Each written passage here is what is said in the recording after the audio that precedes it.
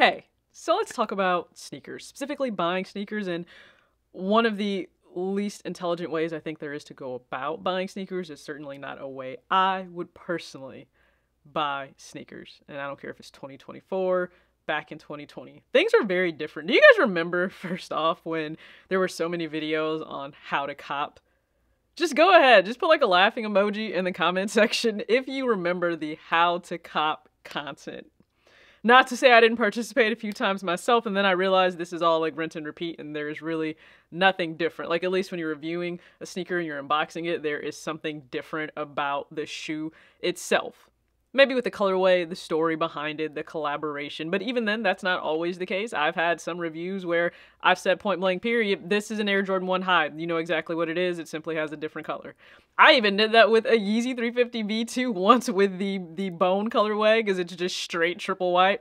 You know exactly what the shoe is. I actually just went, I think, off to Lids to go do like a little mini vlog or something like that. Because going on and on about the shoe, you already knew about the shoe itself. But do you remember, I just wanted to bring that up. I just chuckled the other day on the how to cop and going into Foot Locker and checking in. We're in very different times now, right? You can easily walk into a retailer, you can go online, and pairs are just avidly sitting. There are so many perspectives on why that may be. You know, it could be from consumers being really frustrated and fatigued with resellers in that 2020 to 2022 period. I think it took a toll on a lot of individuals. I really do. That wasn't necessarily the reason that drove me to step back and really assess how I was buying sneakers, how often, how many, them not really being more in the way I thought that they would. It didn't have to do primarily with reselling, but I know a lot of you took a step back from reselling because in your mind, why on earth would you pay more for a sneaker, you know, more than the MSRP, more than the retail price for the sneaker? Why would you? And then once you would tack on the fees and the taxes and shipping in addition to the higher price than for the cost of a shoe, it just was a no for you. And many of you would express that you just never paid resale, you never played the resale game. And I respected it then, I respect it even more now, because I myself am also not doing that. But there's a way in which people go about buying sneakers, and I don't think it's smart. I have no problem, again, with people paying resale. You pay whatever it is you feel the value is of that shoe for you. It's never going to be the same for me. Most of these shoes don't warrant me paying resale. I don't even pay retail for, like, you know, I don't even go about buying a lot of shoes anymore. I certainly wouldn't even pay resale for a lot of the shoes that I've paid resale for in the past. If you were to line those shoes up right now, I don't think I would do it all over again the same. I just don't. But when you look at the ways in which you go about buying a sneaker, let me tell you one that it's just not rooted, okay, in smart buying behavior. And I know you're going to think this has to do with like fake or real. It doesn't. I don't care what you do with your money or time. Or actually I do to an extent, because you know what I don't want? I don't want you in credit card debt. I don't want you carrying high interest credit card debt. I simply do not. And I don't think it's spoken about enough, just like a lot of things in relation to money. It's just a taboo topic that we don't talk about, certainly not in sneakers.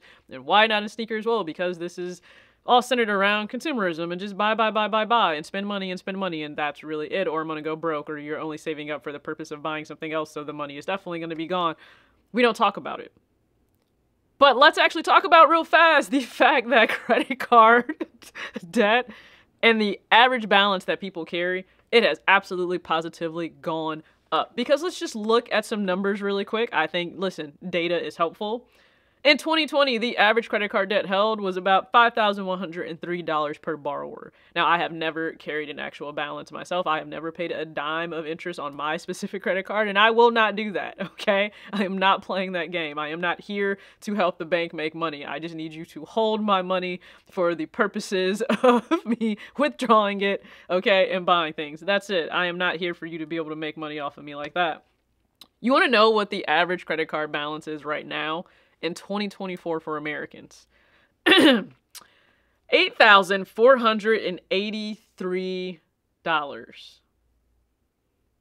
Do you understand that jump is scary? Do you understand that jump can devastate people because you crawl into this hole and it's so difficult for you to get yourself out of this hole?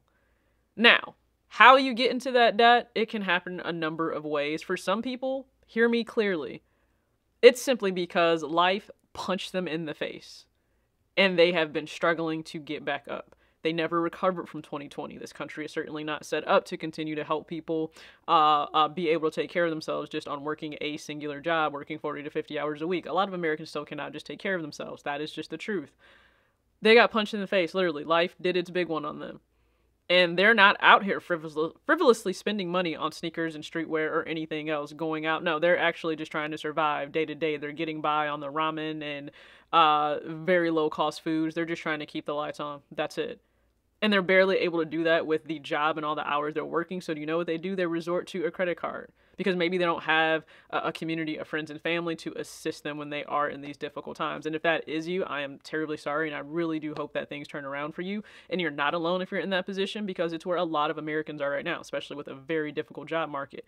That is one way in which a lot of people can get into credit card debt. It has nothing to do with fun. It has to do with them just unable to get by day to day. And so they have to put things on a credit card, in which that credit card accrues interest. You want to know what the average credit card interest rate right now is in this country? Since we're talking numbers, it's just under 23%. Some of you, it's going to be higher. It's going to be 25, 27, 29. Some of you, it's going to be 30, depending on what your credit is and what kind of card you have, unfortunately.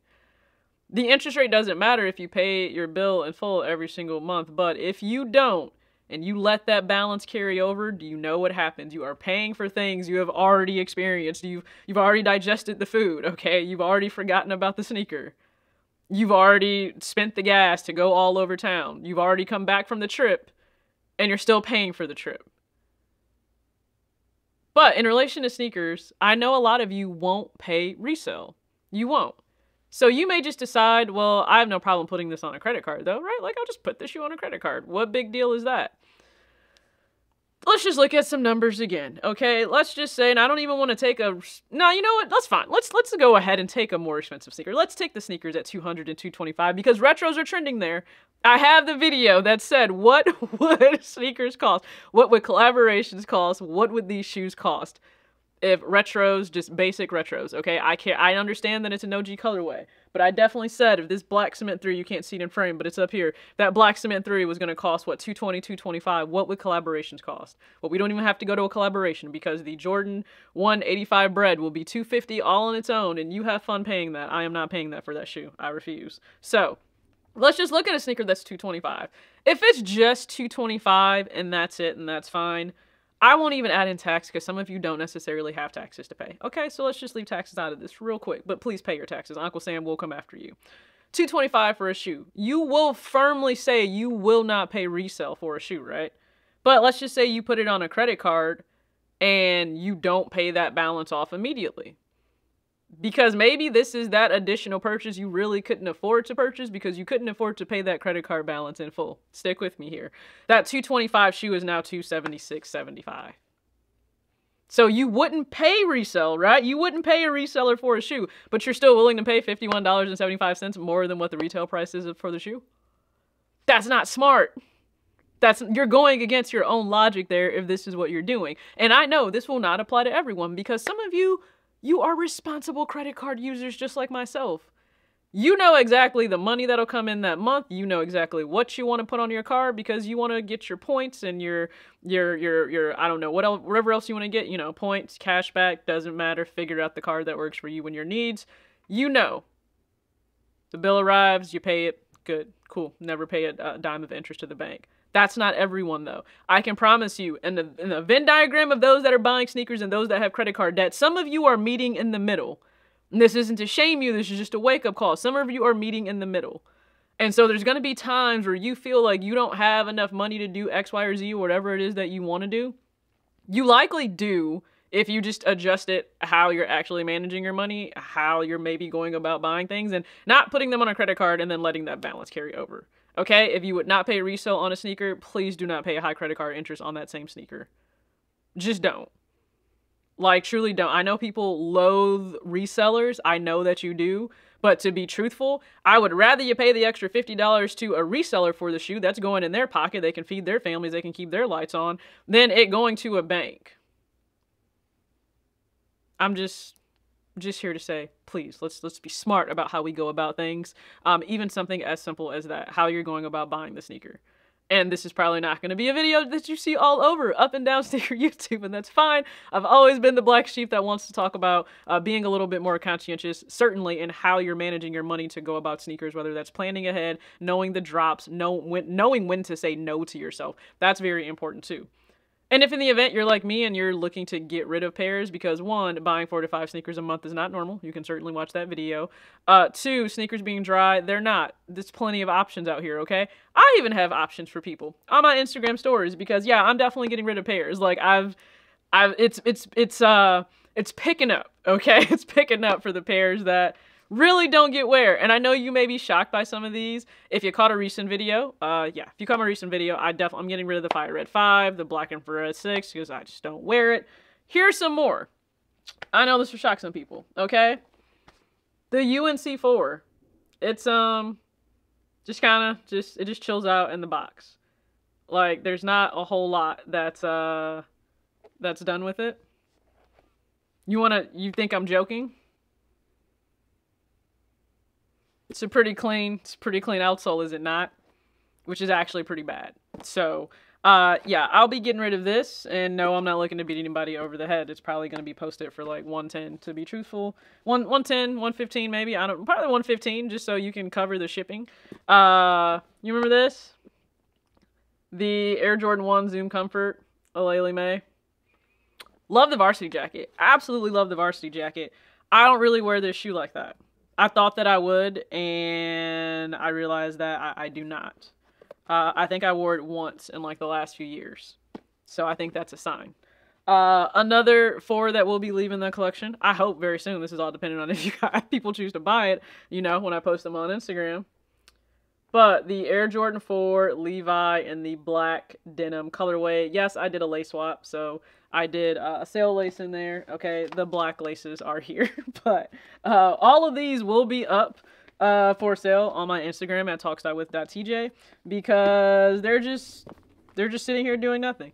It's storming as I'm filming this. They're just sitting here doing nothing.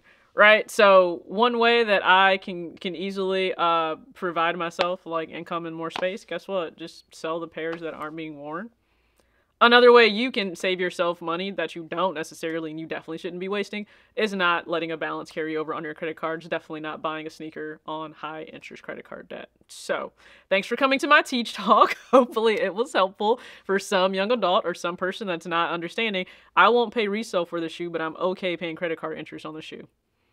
And if it gets higher and you let it roll over and roll over and roll over, then you're paying more than like the $50 that I mentioned. You're paying way more. I just don't want you to be in that position. I really don't. I want better for you. Okay? So hopefully you guys are having an amazing start to the weekend, the week. I'm not sure when this will be out, but as always, act your age, not your shoe size. Peace.